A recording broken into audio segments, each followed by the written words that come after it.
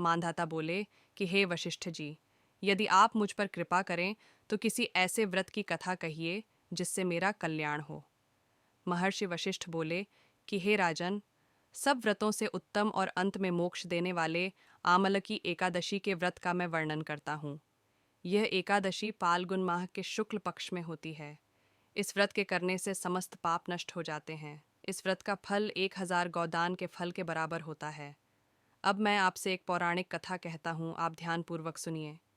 एक वैदिश नाम का नगर था जिसमें ब्राह्मण, क्षत्रिय, वैश्य और शूद्र चारों वर्ण आनंद सहित रहते थे।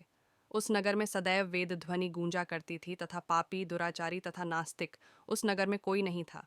उस नगर में चैत्रथ नाम का चंद्रवंशी राजा राज्य करता था। वह अत्यंत विद्वान तथा धर्मी था। उस नगर में कोई भी व्यक्ति दरिद्र कंजूस नहीं था। सभी नगरवासी विष्णु भक्त थे और आबाल वृद्ध स्त्री पुरुष एकादशी का व्रत किया करते थे।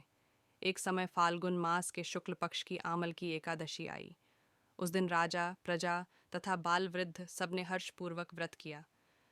राजा अपनी प्रजा के साथ मंदिर में जाकर पूर्ण कुंभ स्थापित करके धूप, दीप, नैवेद्य, पंचरत्न आदि से धात्री, आंवले का पूजन करने लगे और इस प्रकार स्तुति करने लगे। एकादशी जी की आरती है धात्री, तुम ब्रह्म स्वरूप हो, तुम ब्रह्मा जी द्वारा उत्पन्न हुए हो और समस्त पापों का नाश करने वाले हो।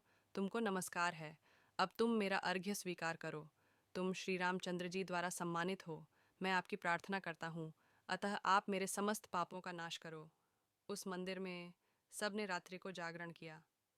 रात के समय वहाँ एक बहेलिया आया जो अत्यंत पापी और दुराचारी था। वह अपने कुटुंब का पालन जीव हत्या करके किया करता था। भूख और प्यास से अत्यंत व्याकुल वह बहेलिया इस जागरण को देखने के लिए मंदिर के एक कोने में बैठ गया और विष्णु भगवान तथा एकादशी महात्म्य की कथा सुनने लगा। इस प्रकार अन्य मनुष्यों की भांति उसने भी सारी रात जाग कर बिता दी। प्रातःकाल होते ही सब लोग अपने घर चले गए तो बहेलिया भी अपने घर चला गया। घर जाकर उसने भोजन किया।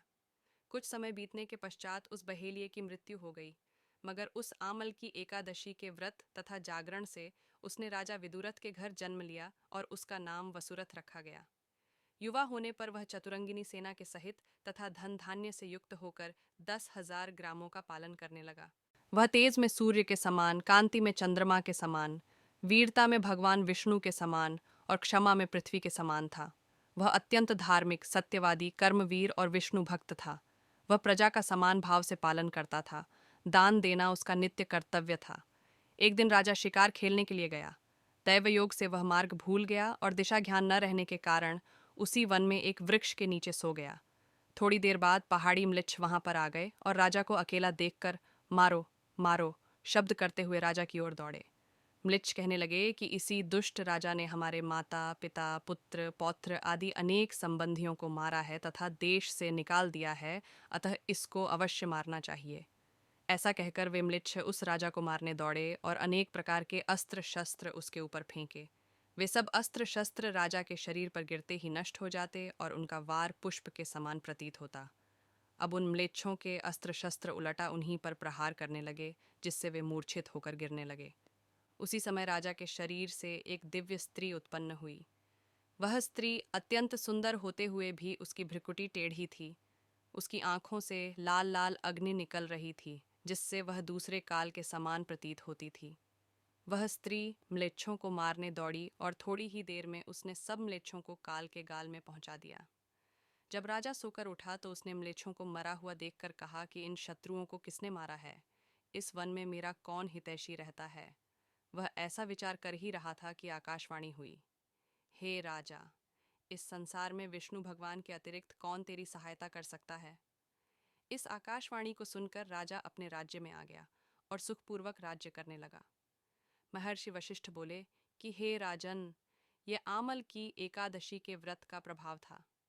जो मनुष्य इस आमल की एकादशी का व्रत करते हैं वे प्रत्येक कार्य में सफल होते हैं और अंत में विष्णुलोक को जाते हैं।